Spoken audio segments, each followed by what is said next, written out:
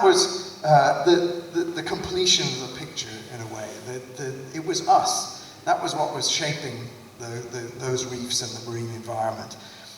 But it was some time yet before I began to look at our own nation and our own waters and begin to twig that the same thing applied here. In fact, it applied almost squared. If you go back to the early accounts from the 18th century and early 19th century, the abundance of fish that they describe is simply astonishing. So astonishing that most people didn't believe it and dismissed it as being exaggerations, or and where living people were coming out with these kinds of stories, then it was just the ramblings of old timers who've lost their marbles and haven't a clue what things really ought to be like. And unfortunately, the whole scientific community had a same stilted view of the way that marine ecosystems were constructed.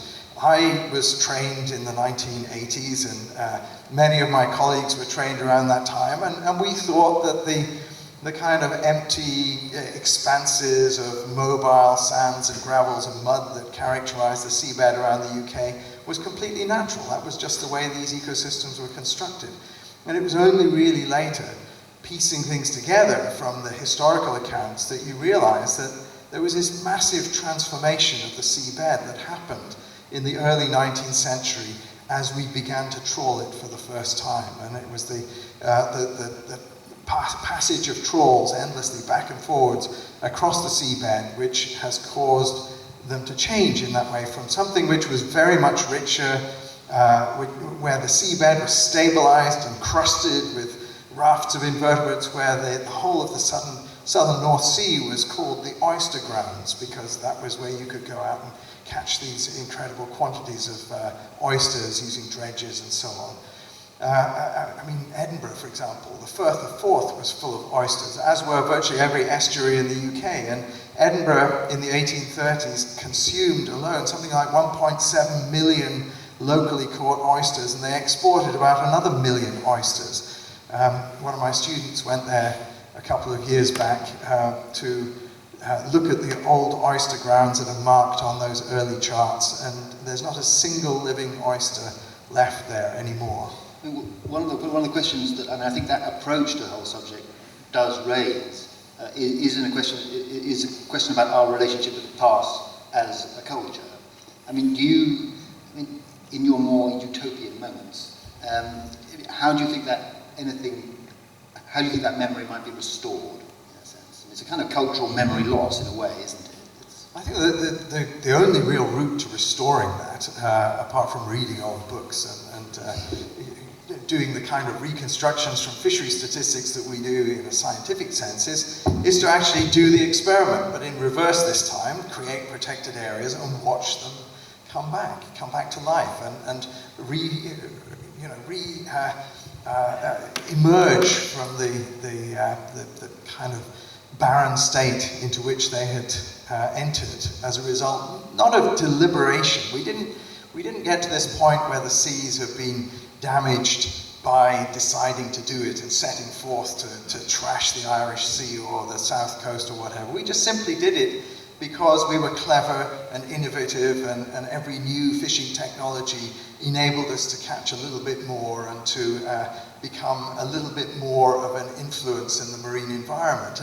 And the regulation never kept up with that. It never was able to restrain it sufficiently that the marine environment could keep pace. And now we recognize that change has taken place. We need to start proactively working to reverse it.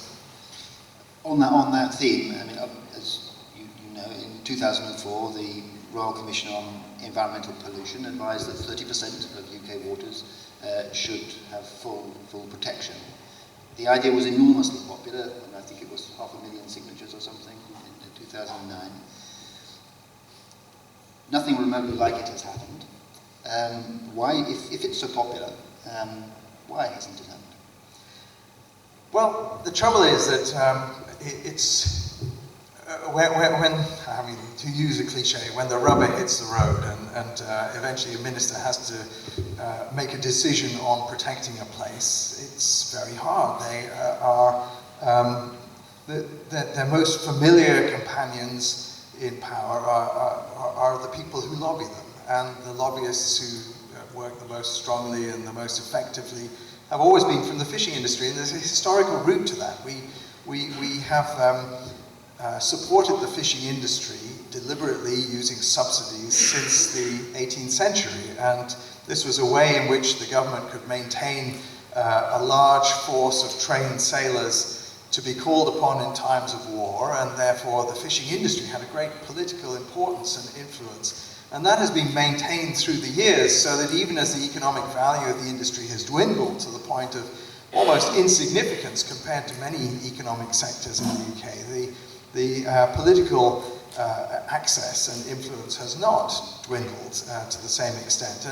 And so what unfortunately we see is that in a way, many industry lobbyists have been arguing for measures that essentially are exacerbating the problems that their industry is experiencing.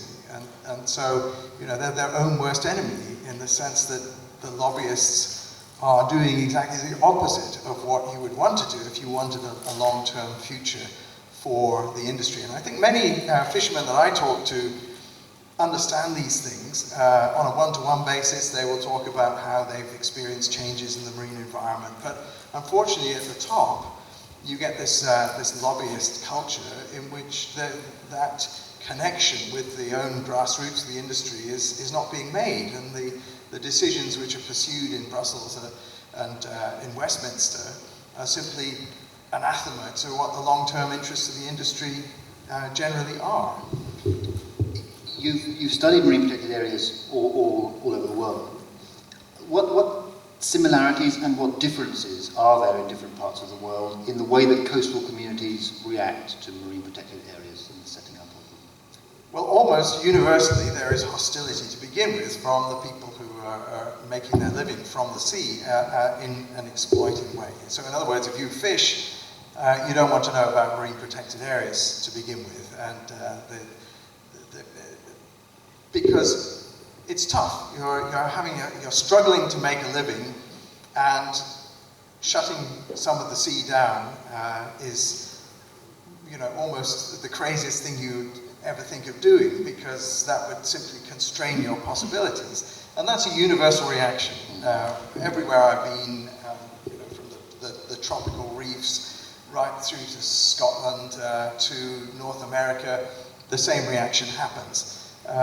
But once you begin to understand how marine protected areas can begin to breathe life back into the sea, and obviously if there's fish in the sea, then there's fish to be caught, then I think people begin to be more willing to at least try it out. And once you start getting some working models established within their own local waters, that's when the attitudes change. We've seen it in all the places that I've worked and I know of. People's views of what marine protected areas are all about have transformed dramatically as they've begun to work for them in their own fishing grounds. Lyme Bay naturally matters in a particular way to the people who live around it. What do you think its significance is in the wider context of marine conservation in the UK? Well, Lyme Bay is obviously a place where conservation has faltered, and where fishing interests have faltered too. I mean, let's face it, the fishery has not been managed well in the past. That's why there's increasing conflict between different fishing sectors, and this is one of the things that you see as problems begin to deepen in the sea. Problems of overexploitation is that the fishing industry, fragments, and people start bashing each other over the head and towing away their gear because they're struggling to make a living with a dwindling resource base.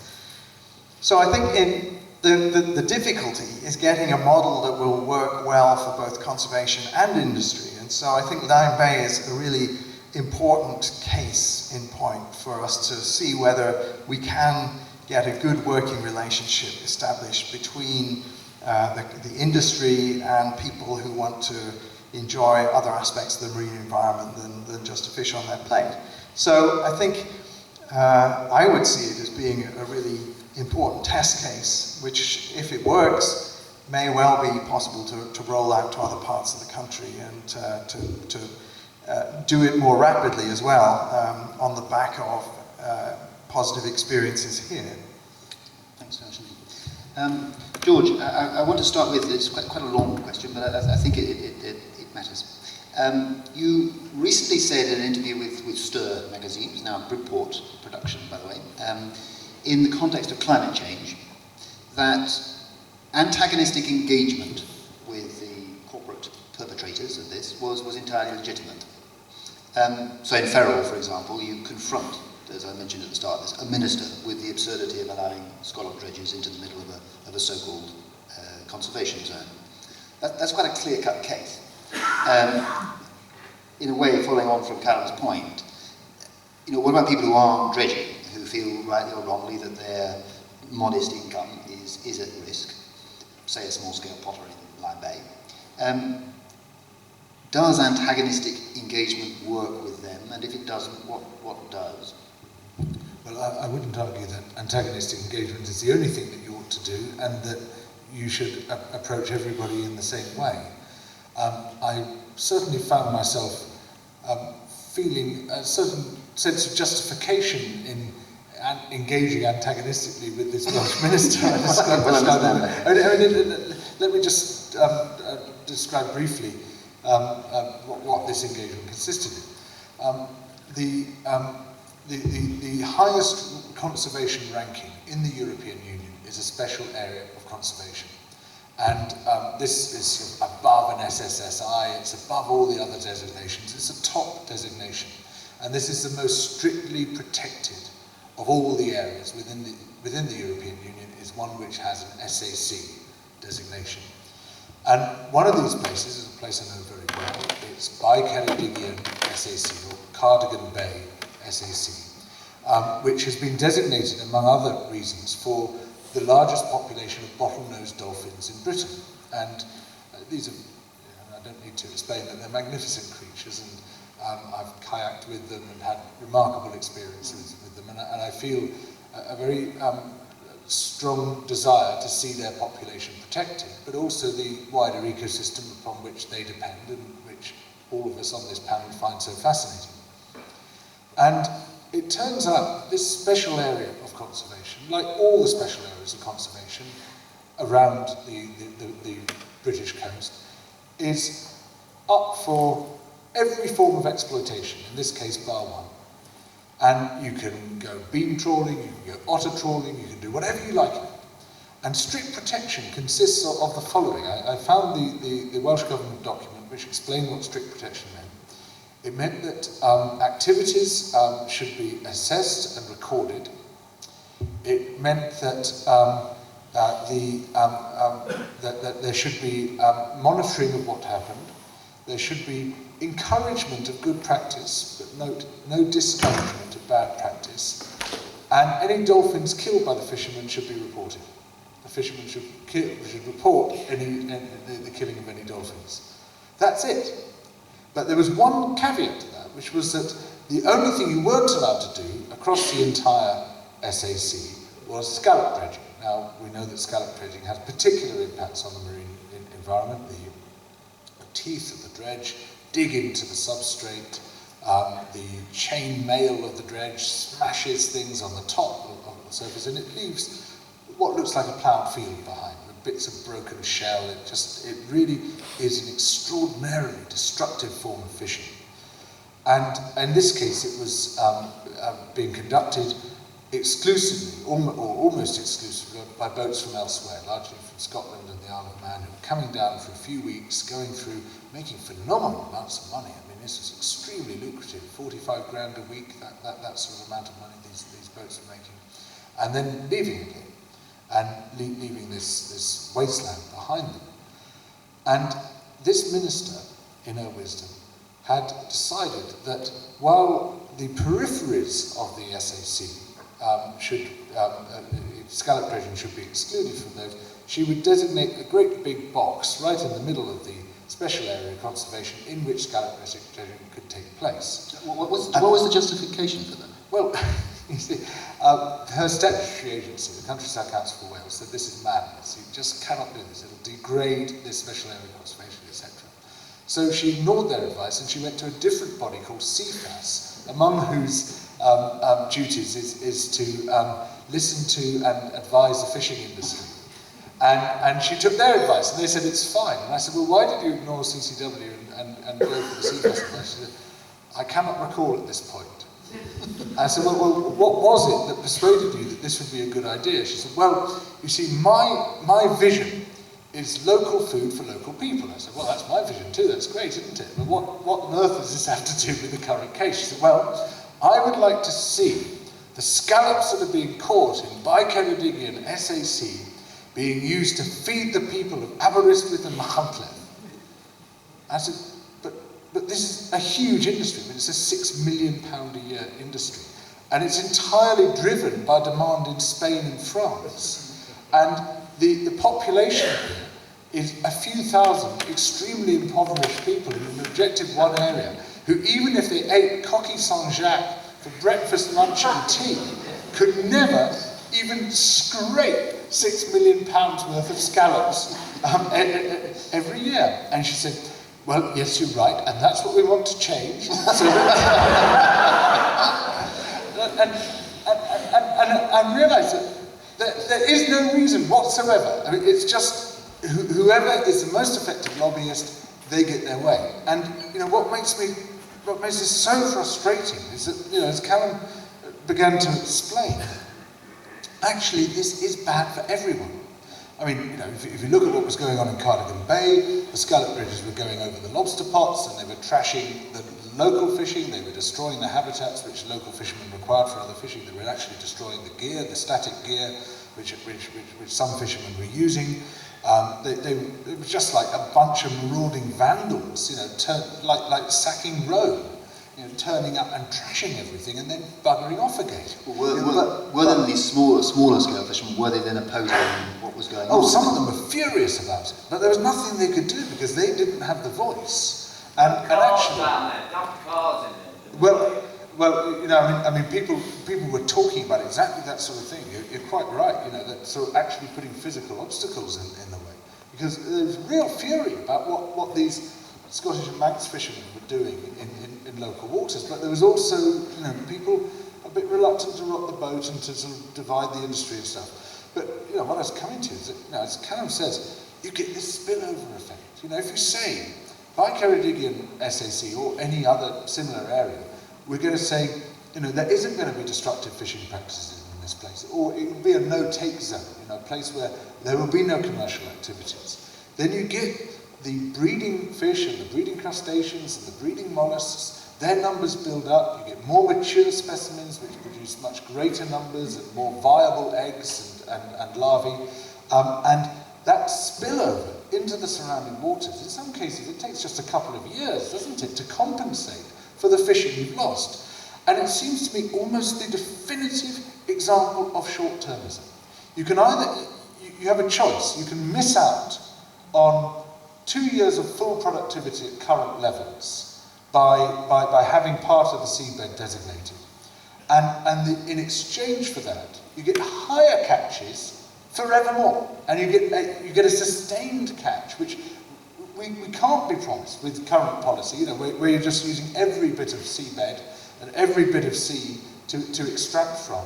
You're not going to be able to sustain your catch. So you have a sustained higher catch for every year except those first 2 years or 3 years or so of establishment, allowing the species within the no-take zone to build up. What's not to like? And how is it? What's gone wrong in the human brain? What has fused in there which prevents us from seeing that infinite future of sustained catches forevermore because you've got a safe breeding reserve is not preferable to this situation where you have slightly depressed catches for a couple of years. You know, and at the moment, we time and again around the British coastline, we are choosing to have really bad catches forevermore because we're not designating these no-take zones. And you know, just one more thing to say that, you know, at the moment, this government has refused to designate a single no-take zone. You know, it's cut down the list of 127 marine protected areas that it was talking about to an initial 31, which it will gradually expand, but not in a single one, even a single part of a single one of those protected areas will commercial activities be banned. And so what we're looking at is pure paper parks. They exist on the map. In the majority of cases, they are of no value whatsoever. They are meaningless. You mentioned, you asked a question there, what is it that's gone wrong in our heads that we can't make these connections? Well, surely that's the question, isn't it? What do you think? What's your answer to that? Why do you think that? Well, I actually think that people can work this stuff through, and that we're not incapable of doing it. But that you get, Callum quite rightly, I think, put his finger on the fact that lobbyists often don't even represent the industry that they claim to speak for. I mean, I see this on land as well, where the National Farmers Union, says we speak on behalf of all farmers. Rubbish. They speak on behalf of the big and the powerful farmers, the ones with all the money, and the ones who are doing deals with the supermarkets and are doing this very chemical-intensive farming and the rest of it. And often, what they stand for is in direct opposition to what an awful lot of farmers, especially the small and family farms, want. But they manage to persuade ministers that this is what everybody wants and this is the united voice of the farming industry. And I think something similar often happens with fishing, that the people with the super boats and really big, powerful boats with an awful lot of money invested, with £1 million borrowed from the bank and all that, they're the ones whose voices get heard. They're the ones who socialise with ministers, they're the ones who manage to inveigle themselves. And actually, a lot of these people are mobile. They're not committed to a particular area. They'll move in and out of places. They don't have that interest in sustaining the resource. And so it's not that, maybe I was wrong when I said it's sort of something in our brains. It's not that humanity as a whole is incapable of doing this, but the political system is set up in such a way that we just can't make rational decisions.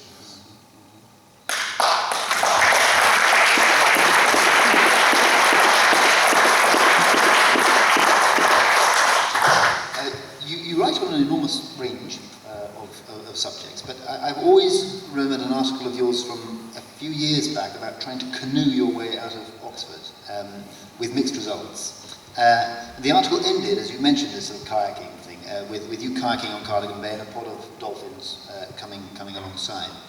And in Ferrol there's the encounter with an osprey quite early on. You're obviously fascinated by the sea. Does it have a particular place in your vision, so to speak, or is it of a piece with other preoccupations? Well, what Ferrol is about is rewilding, the mass restoration of ecosystems and trying to kick-start again their dynamic interactions, all the extraordinary relationships between species which, for me, make nature so wonderful. For that, you need the keystone species back, the species which could be described as ecological engineers, the ones which have impacts on their environment which extend beyond what you would expect from just the number of them or the biomass of them. And on land, well, beavers and wild boar are classic keystone species, wolves are another keystone species.